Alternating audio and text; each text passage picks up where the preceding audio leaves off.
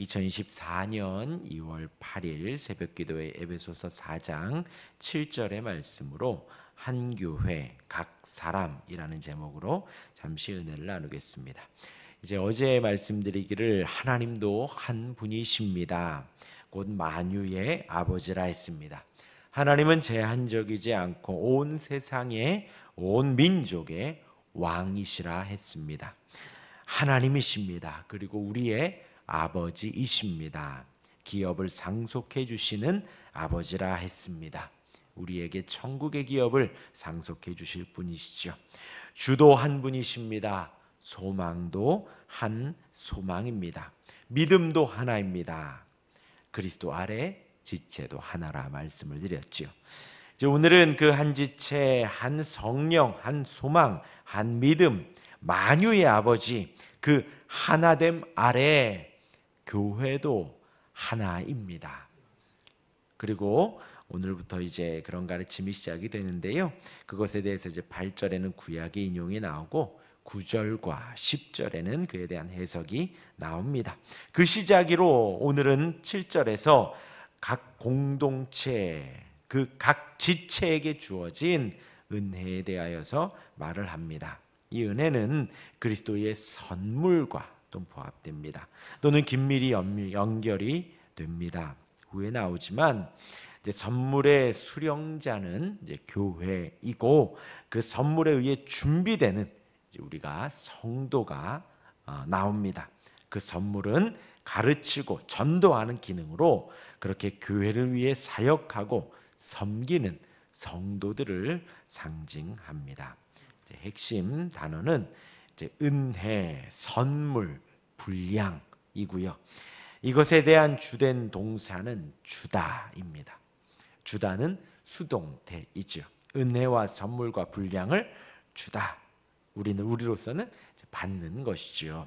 곧 하나님이 주셔야 우리가 받는 것입니다. 6절부터 이어져서 하나님께서 만유의 아버지께서 각 사람에게 은혜를 주십니다. 주목할 것은 교회 공동체 전체가 똑같은 선물을 받는 것이 아니라 각 사람들, 각 지체들에게 주어지는 것입니다. 그러면서 그 공동체에 바울 자신도 함께 넣어서 오늘 말씀의 시작이 우리 각 사람에게 라고 하는 것입니다. 하나님께서 선물을 나눠주셨지요. 그 선물은 하나님의 은혜의 표현이고 그리스도의 풍성함의 표현입니다. 하나님이 주시는 은혜이고 그 긍휼을 따라 주시는 거죠. 우리를 불쌍히 여기신 그 하나님께서 그 풍성함을 표현하여서 선물이라고 표현을 합니다. 여기에서 이제 은혜는 3장 2절과 3장 7절과 8절에서 나오는 은혜와 같은 의미입니다. 제가 읽어드립니다. 3장 2절에서 너희를 위하여 내게 주신 하나님의 은혜의 경륜을 너희가 들었을 터이라. 이제 바울이 고백을 하면서 바울이 받은 그 은혜의 경륜을 너희가 들었을 것이다 라고 합니다.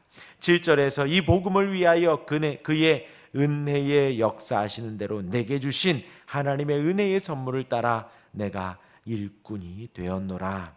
모든 성도 중에 지극히 작은 자보다 더 작은 나에게 이 은혜를 주신 것은 측량할 수 없는 그리스도의 풍성함을 이방인에게 전하게 하시고 영원부터 만물을 창조하신 하나님 속에 감추어졌던 비밀의 경륜이 어떠한 것을 드러내게 하려 하심이라. 바울이 받은 은혜가 너무나도 크다는 거죠. 괴수 중에 괴수였고 작은 자 중에 지극히 작은 자에게 이렇게 풍성한 은혜, 측량할 수 없는 은혜를 주셨다는 것입니다. 자신을 보아도 이 은혜가 얼마나 큰지 알지 않느냐라는 거예요.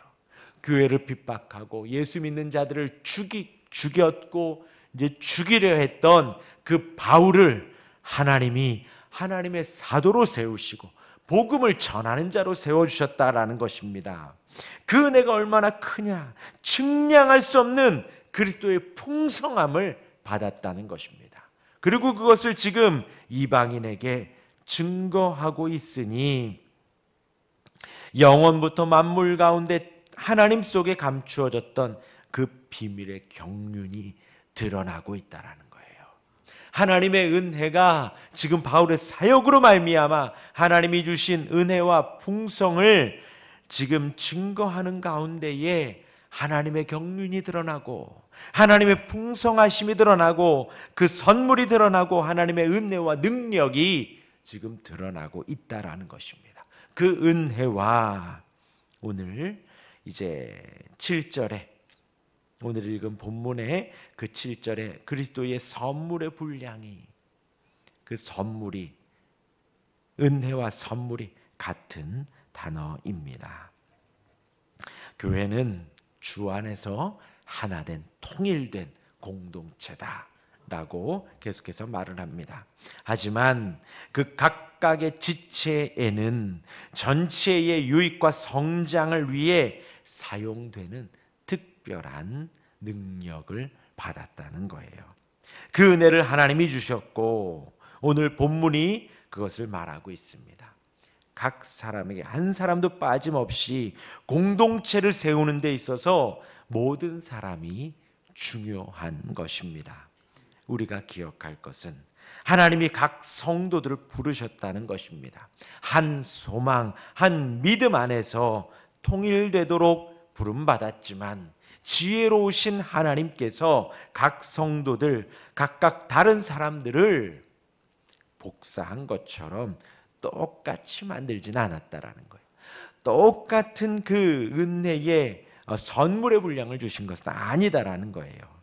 그리스도의 선물의 분량대로 각각에게 은혜를 선물로 주신 것입니다. 지혜가 무한하신 하나님이 사람들에게 서로 다른 은사를 주셨다라는 거예요. 모든 성도는 은사를 가지고 있습니다. 모든 은사를 다 가지고 있는 사람은 없습니다. 이렇게 성도들은 하나님 나라의 일을 이루려 할 때에 교회를 세워갈 때에 교회 안에서 각각을 서로 필요로 합니다. 이제 개척을 해서 지내보니 이제 지금 여기에서는 은사라고 하고 그리스도의 선물의 분량대로 은혜를 주셨고 각 사람에게 주셨다. 제가 지금 말씀드린 것은 교회를 세우기 위해서 각자가 다 은사가 있다라는 거예요. 근데 이제 우리 교회가 4년 차가 지나가고 5년 차가 되어집니다. 근데 아직은 이 각자의 은사가 있는데 저는 개인적으로 존재만으로도 교회가 너무나도 감사한 거예요. 주일에 예배하는 가운데 나와주시는 것만으로도 너무나도 감사하더라는 거죠. 그리고 지금 사실 우리 교회는 정말 은혜대로 은사대로 사역을 하고 계십니다. 누가 무엇인가를 잘하고 못하고 그런 것이 없어요. 모여서 예배하고 또 식사하고 교제하고 또 구역 모임 하는 가운데에 은혜가 넘칩니다. 은혜가 넘칩니다. 그러니까 주일날 이제 저희 각 구역대로 구역 모임을 해요. 그런데 그 구역 모임에 따라서 너무나도 그냥 제가 이렇게 딱 바라보고 있으면 너무나도 감사해요. 그 자체만으로도. 근데 이제 오늘 이제 본문에서는 이하에 이제 또 은사에 대하여서도 나오기 때문에 이제 각자의 선물의 분량대로 각자가 지금 공동체를 세워간다. 그런 논조로 계속 이어가고 있습니다. 제가 이제 오늘 말씀을 준비하며 본 주석서에서 이렇게 나와요. 그리스도의 교회에는 모든 종류의 일꾼들과 온갖 종류의 도구들이 필요하다. 검뿐만 아니라 포켓 나이프도 필요하고 망치뿐만이 아니라 도끼도 필요하고 톱도 필요하고 조각칼도 필요하다. 마리아도 필요하고 마르다 아시죠? 예수님의 발치 아래서 말씀만 듣던 마리아도 필요하고 또 그 식탁을 준비하는 마르다도 필요하다라는 거예요. 또 사도들 중에 요한도 필요하고 베드로도 필요하다. 이렇게 이제 기록되어져 있습니다. 이제 각자의 달란트대로 선물 하나님 받으신 은혜와 선물대로 섬기는데 사람들 사이에 맞지 않을 수 있고 맞을 수도 있죠. 나의 기호에 합당할 수도 있고 그렇지 않을 수도 있죠. 그러나 교회를 세워가는 한 지체인 것은 분명하다라는 거예요. 우리가 하나님의 한 지체로서 교회를 세워갑니다. 한 하나님 만유의 아버지 한 소망을 전합니다. 교회는 그러하다라는 것. 우리를 구원하신 유일한 구원자 주도 한 분이십니다.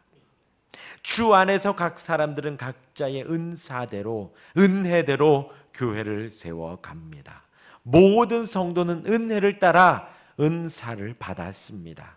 그렇게 우리는 각자가 서로에게 강요하지 않고 기다려줍니다. 기다려줍니다. 각자의 은혜의 분량대로 세워갈 수 있도록 서로 보듬어주고 기다려주고 섬기며 교회를 세워갑니다. 우리 각자가 다 은혜를 받았기에 모두가 소중합니다. 나도 소중하고 각 지체도 소중하고 무엇보다도 그리스도의 머리된 교회도 너무나도 소중합니다. 그 은혜 아래 인내하며 교회를 잘 세워갈 수 있기를 주님의 이름으로 축원합니다. 아멘. 기도하겠습니다.